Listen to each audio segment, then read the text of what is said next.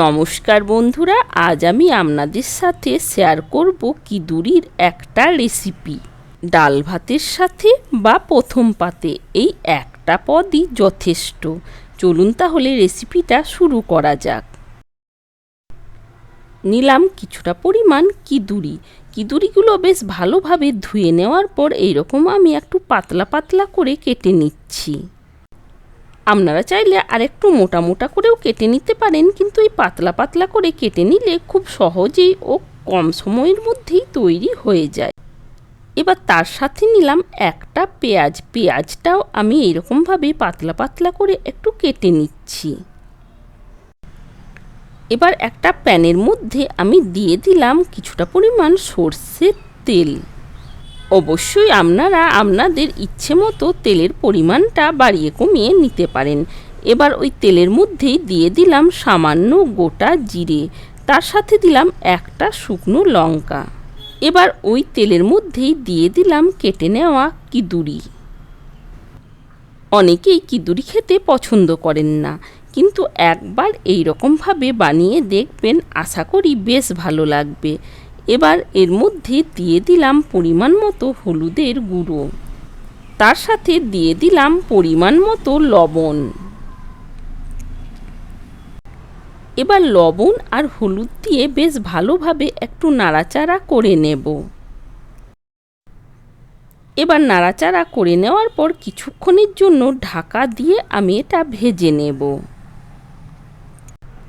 আপনারা চাইলে সামান্য জল দিয়ে এটা সেদ্ধ করে নেওয়ার পরও ভাজতে পারেন, কিন্তু আমার মনে হয় কম ফ্লেমে এটা যদি ঢাকা দিয়ে দিয়ে কিছুক্ষণ সময় নিয়ে ভেজে নেন, তাহলে কিন্তু টেস্টটা বেশি ভালো লাগে। আমি প্রায় 4 মিনিট মতো কম ফ্লেমে এগুলো ভেজে নিয়েছি। এবার আমি এর মধ্যে দিয়ে দিলাম ওই কোচানো পেঁয়াজটার সাথেও একটু বেশ ভালোভাবে নাড়াচাড়া করে নেওয়ার পর কিছুক্ষণের জন্য ঢাকা দিয়ে দিলাম। এইদিকে আমি একটা মশলা বানিয়ে নেব। তার জন্য নিলাম 2 পিস শুকনো লঙ্কা, সাথে নিলাম সামান্য কিছু চীনা বাদাম, তার সাথে নিলাম কয়েক কোয়া রসুন। এবার সব কিছু এইগুলো একটু নাড়াচাড়া করে ভেজে নেব। তেল দেওয়ার দরকার নেই, এইরকমভাবে একটু নাড়াচাড়া করে ভেজে নিলেই হবে। দেখুন, লঙ্কা, বাদাম আর রসুন বেশ ভালোভাবে নাড়াচাড়া করে ভেজে নিয়েছি।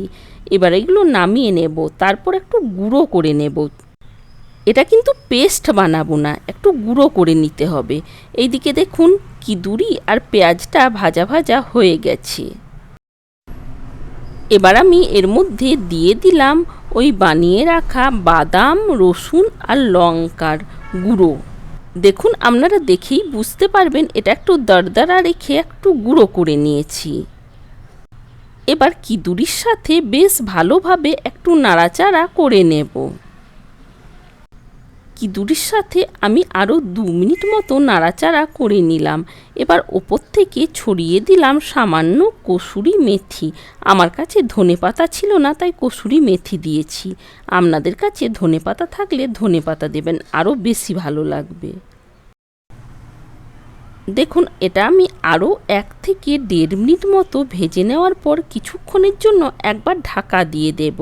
ঢাকা দিয়ে আমি 2 মিনিট মতো রেখে দেবো, আর ফ্লেমটা এই সময় একদম কম করা আছে। 2 মিনিট পর ঢাকাটা খুলে নিলাম। দেখুন, তৈরি হয়ে গেছে।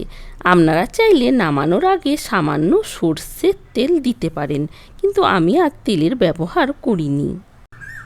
আজকে এই সিম্পল কিদুরির রেসিপিটা আপনাদের কেমন লেগেছে কমেন্টের মাধ্যমে জানানোর অনুরোধ রইল।